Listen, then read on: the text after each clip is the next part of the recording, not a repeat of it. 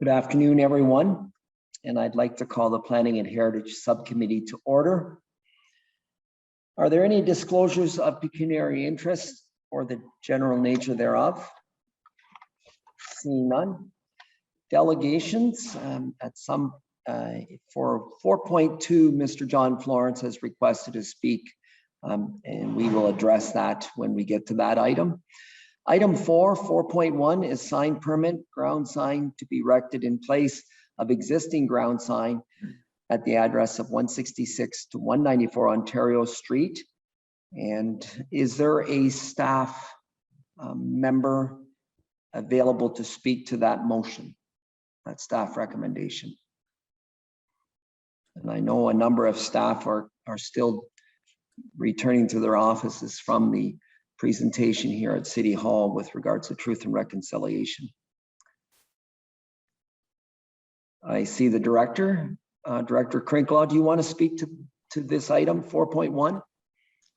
So this is to the chair. This is the 166 Ontario Street. That's correct. Thank you. Okay. Essentially, the owner of this business has had this sign in place for several years, and when they went to go replace it, we informed them that their sign was infraction to the to our sign bylaw, and that there would be a process that they need to go through to request that variance. The infraction is that we required the sign be a 1 meter setback from property line. Thank you. Questions, Councillor Vasilakos? So is the new sign going to be very different in size than the existing sign, or is it basically just a newer replacement of the existing configuration? To the chair, my understanding is it's the exact same sign in the exact same place for the most part.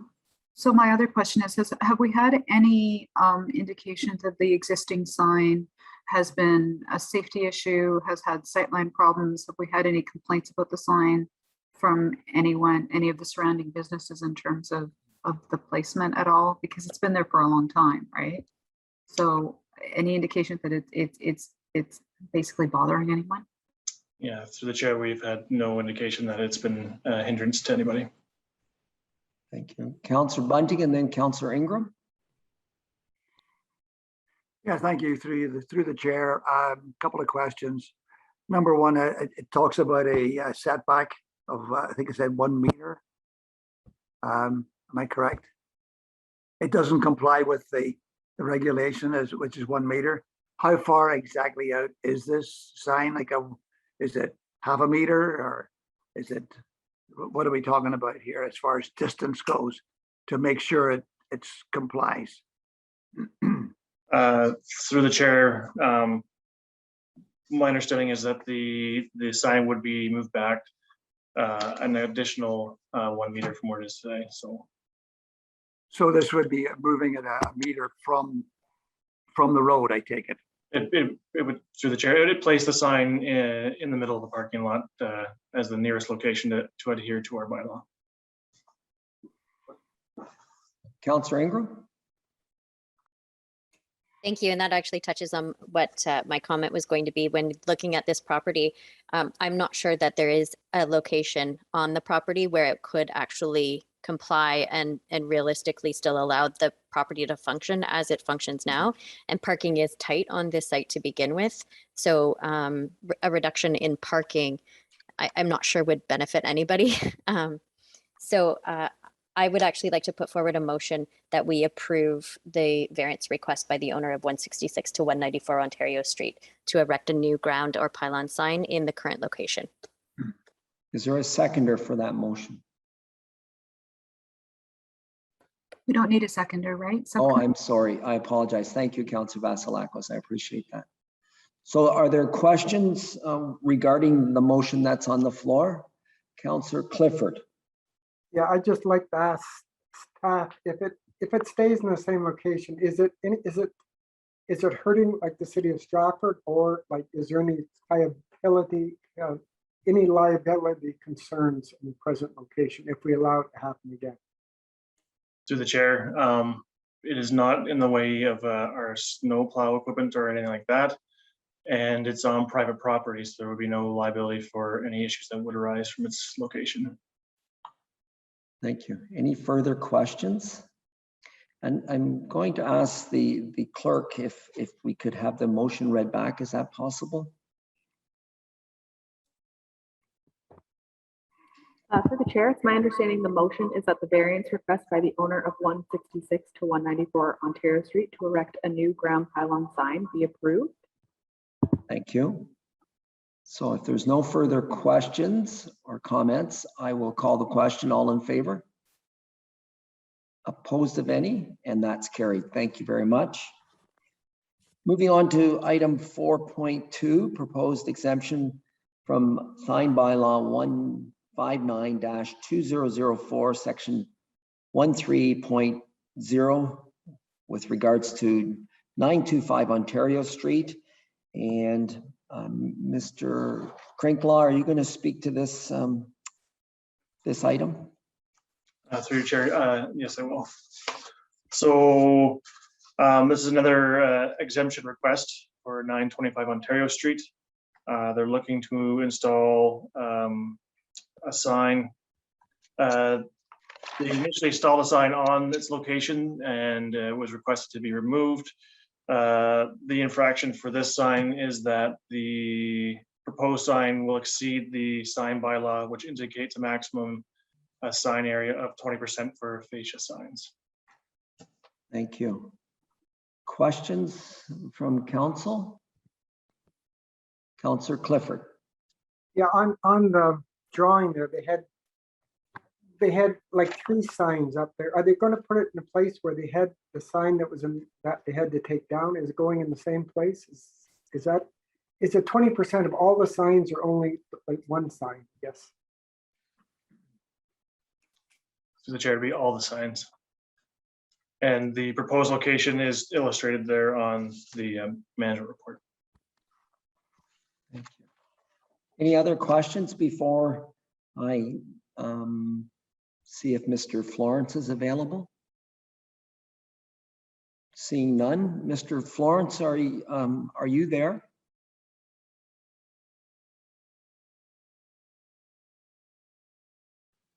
Don't see. Through the chair, I don't see Mr. Florence on the line at this time. Okay. I'll give him just a couple more minutes, and then if he does connect, we'll have a motion to hear his presentation.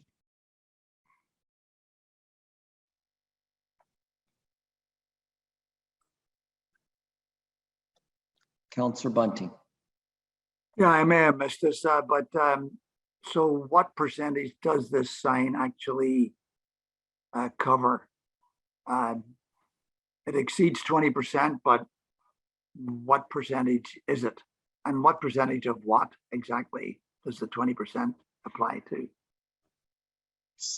Through the chair. So it's the signs facing the street there.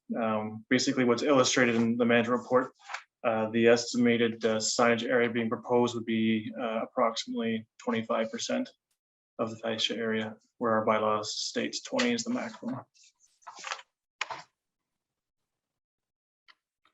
Any other comments? Or it doesn't appear that Through the chair, I do see Mr. Florence on the line now. I'm just getting him connected. So what I will do while we're waiting for him to connect, could I receive a motion to hear Mr. Florence? That's moved by Councillor Vasilakos. All in favor? And that's carried. And so we'll wait for his connection and ask him to make his presentation. Good afternoon. Can you hear me? Yes, we can. And welcome. Go right ahead, Mr. Florence. Oh, thanks so much. I'm John Florence, and I'm a partner with my son in Florence Signs from Cambridge. Thank you very much for the opportunity to address the issue. What it really boils down to is just a matter of practicality. City Pizza, we have did about 5 locations for City Pizza in Cambridge, Guelph, Burlington, actually 2 in Cambridge. And of course, they want to open in Stratford. And what it is City Pizza, as you folks well know, the Stratford Center. When you enter the Stratford Center, it's back in the far corner under that large canopy that Food Basics has. And so what happened was we had to wait several months to get approval from Food Basics to allow us to use a corner for the sign, and then, of course, for the landlord to approve it. And what it is they're tucked back in that far corner. There was a little store, not very many square feet. It's back in the far corner. My best illustration would be like having a Kool-Aid stand or a lemonade stand for your kids and put it in the back corner of your garage. And you would need a sign or something to identify to folks that, hey, they're open and located in the back corner. And when you look at that large green area, yes, maybe the sign is a little, doesn't fit the bylaw because of the protruding band where the pharmacy sign is and where we hope to have a city pizza sign. But really, as you approach the back of the mall, you see that whole huge green area that Food Basics has a very large sign on. So as a matter of practicality, this is kind of what we came up with, individual letters, and just to identify City Pizza. Yeah, so that's basically it. Thank you, Mr. Florence. Questions from the committee? Councillor Clifford? Yes, John, I was going to ask, are there any other options that you can come up with if the one you have here is not allowed? So, like, obviously we want to help the business if we can, but we do have bylaws in place. So is there any other option that you can think of, John? Yeah, well, what it was, Councillor Clifford, was we were originally going to do a sign similar to what the pharmacy has. The pharmacy is like a large box sign. Mm-hmm. When you actually use individual letters, in some municipalities, what they'll do is they'll allow you to calculate the square footage or the metric of each individual letter, because that's actually what is attached to the wall. We really haven't come up with anything smaller, because City Pizza, this is their brand. They use the logo to the left, and then they have the word City Pizza. I mean, it's probably similar like Swiss Chalet or Tim Hortons, or they have a certain branding means of doing it. And so we reduced it as much as we thought was practical for the large area, so that it would sort of balance out with the pharmacy sign on the left. So we kind of looked at it aesthetically, and yeah, the gentleman would certainly, I'm sure he would be pleased if we could have a motion to approve it. Like I said, he is tucked back in the corner there. So, it's a matter of when you enter that plaza, there are a lot of stores in front of it, and when everybody knows where the Food Basics is, but when you're heading that direction, you need something that's going to practically identify that he's in business in the corner. Thank you, John. Any other questions from Councillor Vasilakos? I'm just curious, will there be signage on the fascia of the actual building sort of perpendicular to the green thing is? Like, will there be an additional sign on the business storefront, and will it be lit up? Because it's right now, the entire area is in shadow. Yeah, there will be lit letters, smaller lit letters above his entrance doors, tucked in under the canopy there, facing the opposite direction, I guess. Yes, yeah. As you walk underneath the canopy, and you were about to, let's say, enter Food Basics, which I believe you entered kind of to the left. So if you looked immediately right, you just might catch the front of his store entrance. you know, it really is tucked back in that corner. Unfortunately, I don't know what business was in there before, but yeah, I believe that was in compliance with the city, the municipal, with your bylaw. And that's more identification than anything, to let people know he's there. Thank you. Any other questions from councillors? Councillor Ingram? Thank you. My question, I think, is going to go to staff. Would you like me to wait, or would you like me to ask Sure, now? I think you can ask now. Thank you. Okay. So my question to staff is, do we have any other properties in this commercial area of the East End that have received a sign variance to the fascia signs? Yeah, through the chair, not that I'm aware of. Okay, and then I do just have a comment. You know, I've been looking at this, and I'm also aware that other sign bylaws for other municipalities do take the individual letters and calculate the sign square footage based on the individual letters as opposed to the entire length of the sign. And as I'm looking at the facade here, from an urban design and aesthetics basis, it does seem to balance itself out with the three signs. Once you take away the city pizza sign, you have that pharmacy sign, and then you have the food basics sign, and it doesn't seem to balance. It seems very awkward, if you will. The city pizza sign inclusion does seem to sort of balance it. It does not seem intrusive. It doesn't seem like it's overwhelming signage. If it's not going to be backlit, I actually don't find it that offensive. Thank you. Any other questions for Mr. Florence before we let him leave the meeting? Seeing none. Oh, sorry, Councillor Bunting. Yep. Thank you. Through the chair. I just wanted to be clear here.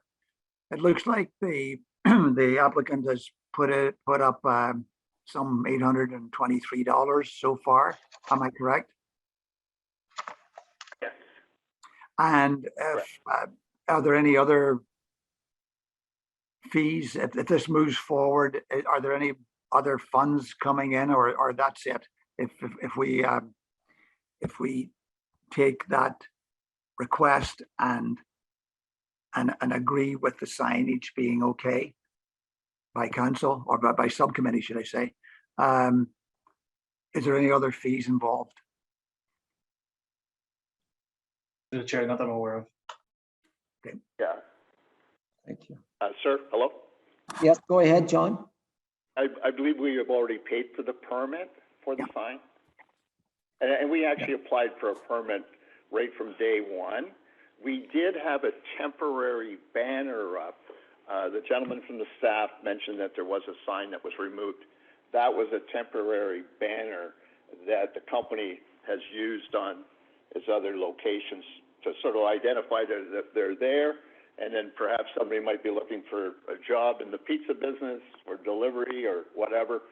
It also lets people know what's happening. So when we were asked to remove that banner by the staff, we did that immediately. Thank you, Mr. Florence. Any other questions? Thank you again, Mr. Florence, for your presentation. So to the committee, there is a staff recommendation and/or is there a motion from a committee member? Councillor Vasilakos. I'd like to make a motion that we approve the variance. I agree with Councillor Ingram. I think it balances out this way. I don't think it looks too bad. I think the green roof line from a distance adds to like the visual percentage of coverage. So, you know, for the difference, I also recognize that all of the units that are under that underhang sort of lose any impact of any fascia sign that they could have. So if you were to add that square footage onto this as lost potential for anyone who uses that, I see no reason to quibble with 5%, given these specific circumstances. Thank you, Councillor Vasilakos. Any further questions or comments from committee members? So there is a motion on the floor to approve the sign variance. Any further discussion? Seeing none, I will call the question. All in favor of that motion? And that's unanimous. Thank you. Moving down to item 5, report of the chief building officer, building official, I should say. 5.1 is the annual building permit fee report 2020. And there is a staff recommendation that appears before you. Questions, comments? Councillor Clifford. Staff recommendation. Thank you. Any discussion with regards to that motion that's on the floor? Seeing none, I will call the question. All in favor? And that's unanimous. Thank you. Item 6 is the project updates. And item 7 is outside board minutes. And our next meeting date is October the 28th at 3:30. Is there any, Councillor Ingram, I'm sorry, I missed you there. Go ahead. That's okay. It does say that the manager of planning would provide a verbal update on the projects. Okay, and is the manager of planning available? Oh, I'm sorry. Thank you very much. I didn't see you earlier. Thank you. That's okay. Through the chair. Good afternoon, everyone. I'll just give you a high level overview of what's been going on in planning and building over the last couple of months. So if you've received a copy of the project update, you'll see that we've had a high volume of applications going through our department. So notable from a zone change perspective is a public meeting that we're having tonight for 2 residential projects. One of those is 64 townhouse units that are proposed at 3202 Vivian Line 37, and a multiple residential building that's proposed at 30 Queensland Road, which is the former Sobeys site. There's also been a good level of both non-res and residential activity when it comes to site plans. So you'll see there that there's been quite a bit of activity in the Wright Business Park when it comes to site plan applications. And we've also had site plan approval for 50 street fronting townhouses on Bradshaw Drive, and site plan approval for a 46 unit 3-story apartment building on Orr Street. You will have noticed in your inboxes that staff have released the final draft of the comprehensive zoning bylaw, and that will come to Planning and Heritage Committee for consideration on October 21st. There's an overall summary there of applications received to date. You'll see that we're having good success when it comes to our formal consultation requirements, and that we've had 41 formal consultations to date this year. There's a summary of building permits that have been received as well, and I would note that those building permit stats are to the end of August of this year. I'm happy to take any questions that the committee might have on the project update. Thank you, Ms. Bridge. Questions from members of the committee? Seeing none. Thank you very much, Ms. Bridge, and to your staff for their ongoing work. Much appreciated. Is there anything else from the committee before I ask for a motion to adjourn? Seeing none, a mover for that, please. Councillor Ingram will move. All in favor? Thank you very much, and we'll see you later this afternoon.